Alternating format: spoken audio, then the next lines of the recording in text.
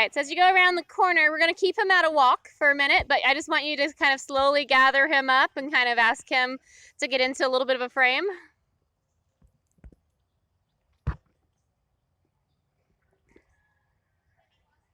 Yeah, that's when he always gets, you know, like it's a evasion technique to get out of having to work. Like, well, if I get really wiggly and I lose my impulsion and I kind of lean into my shoulders, maybe I don't have to work.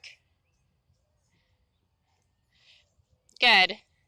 So now I want you to slowly let him back out on the buckle, and then we're going to gather him up again and see if he can do it a little bit better. That was a nice stretch. That was very pretty. He's like, I'll go all the way down.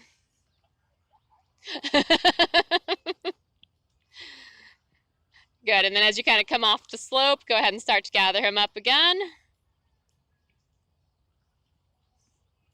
That was better, buddy. That was a little bit less dramatic. And sometimes when they get really resistant like that, you know, like there's two options. You can either go, hey, if you don't want to go forward, I'm just going to kind of kick you forward and make you go trot, or do something along those lines. Or you can kind of do like what we did there, and you can say, hey, once you got soft and you were marching forward, I released you again and let you stretch for a little bit. You know, you can kind of take it and turn it into a positive thing and say, see, like I'm not always going to make you work every time that I take up the reins. You know, sometimes I'm just going to take up the reins, get you soft, and then let you go again. A lot of times when we ride, the only time we take up the reins is when we're getting ready to do a transition. And, you know, they kind of start to not be so happy about that idea. So when I've got one that does that, sometimes I'll just do this a couple times. I'll take up the reins, I'll keep them marching forward, then when they're nice, I'll let them relax. And then it becomes a little bit less negative, too. It just kind of depends on the situation, whether I send them forward or just kind of say, hey, let's relax and let's gather and let's relax and let's gather and let's relax. Good boy. Do it one more time, send him to the buckle, see if he follows that contact down, which he's doing a beautiful job of. He loves to do that. That's his favorite. And then do another just nice, slow gathering, just kind of saying, okay, I want you to keep that softness, keep that rhythm, and just kind of get organized again.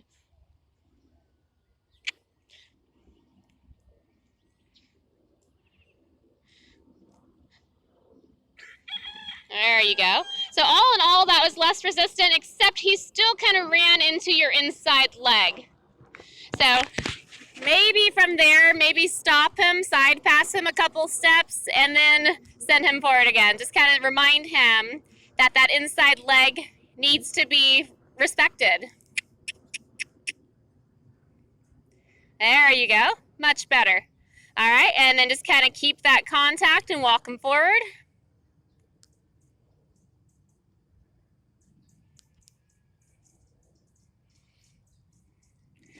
Good boy. And as you go past me, we'll think about taking him up into a trot. So once again, as you go into your trot, you want to ask him as you kind of breathe in and lighten and lift your chest.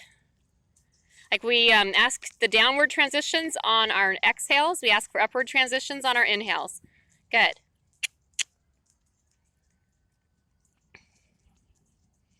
Very good. So just establishing that same thing we were working on earlier. Rhythm, impulsion, and softness. And the three of them kind of have to happen together. So if you don't have, if you're missing one of those, you're not going to have the other. He's like, can we please go to the buckle and the trot? Pretty please? Good. Thinking about how that leg just kind of wraps around him, nice and soft. It's ready to use.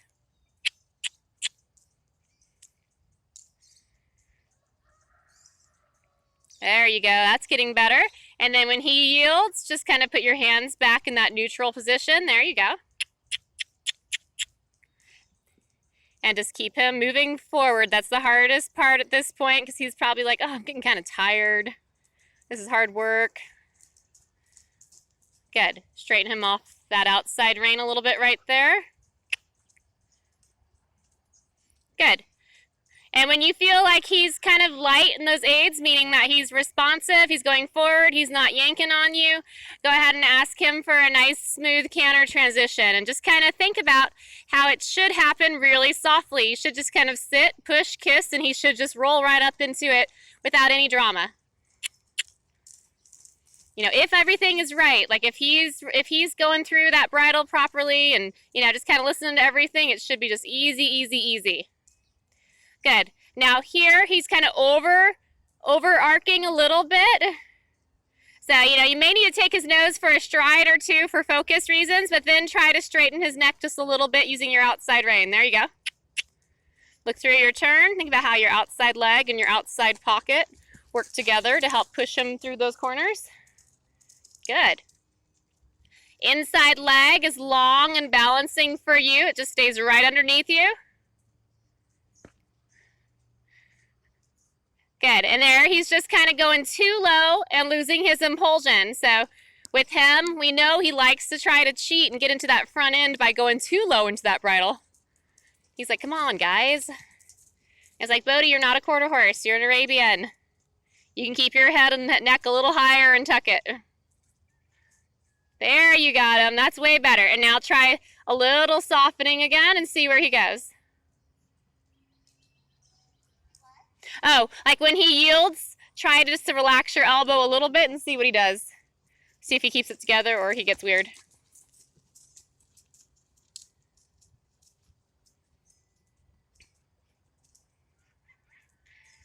Right there, go to both hands. Yes, much better. Okay, now he's starting to kind of get it together. Keep breathing, keep planning your path.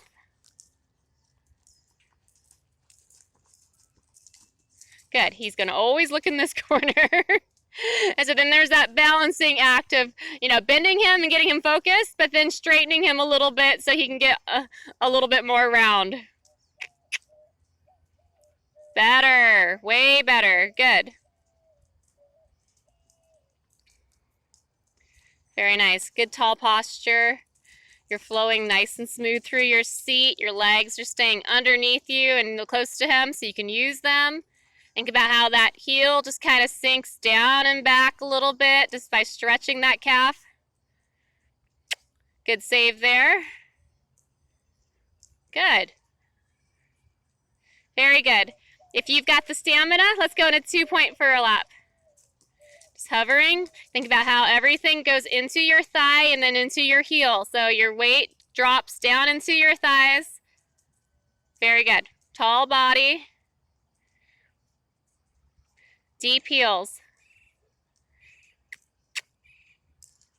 Good. Now the hardest part of this is going to be when you sit back down. He's going to want to quit. So think about as you sit, yep. Bodhi, you're almost done with this direction and then it's time for a breather. I promise. Good. So as you sit, just think about how you're not going to, you know, gun him with your leg, but you're just going to kind of close your legs on him to encourage him to keep going. Good. Looking through that turn. And then think sit softly, get tall, close your leg. Very nice. All right, and then when you're ready, we're going to break him down to a posting trot. And remember, usually if you start posting on that first transition, yes, there you go, you'll get that diagonal right away. Good. And then as you come around this turn, let's go to a little sitting trot. Now in the English saddle, the sitting trot's going to be more dynamic than the Western jog. So you still want to feel him kind of keeping himself underneath you. Keeping his hocks active, keeping his body round. Good, tall body, ear, shoulder, hip, and heel, all in a nice line. Every now and then, think about softening your thigh. There you go. Very nice. And then let's look for a change of direction. So plan it out. Think about how you steer with your sternum as well as your eyes. Think about there being a bar that connects your shoulders together so they come through the turn as a unit. There's not one that's rotating and one that's not. They stay nice and square. Very good. Soft elbows when he's being a good boy. When he needs a little bit more firmness, then you can kind of firm up and drive him into it. There you go. And then this direction, as you come around the turn, you'll see that you sit heavier, as we know, in that right pocket. So just kind of think about bringing that right rib cage up and forward a little bit. That's way better right there.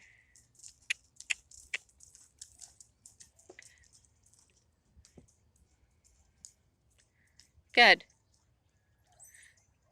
As he comes off that kind of hill, just kind of curl him around your inside leg again for a stride or two.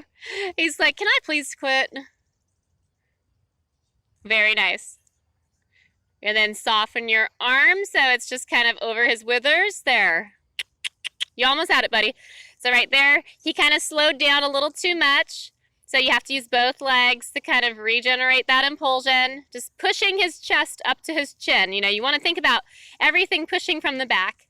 Your hands are just this, there you go. Your hands are just this barrier that says your energy stops here. So everything is driving him up into your hands. You know, the more that you think about pushing his entire body forward into your hands, the better he'll go.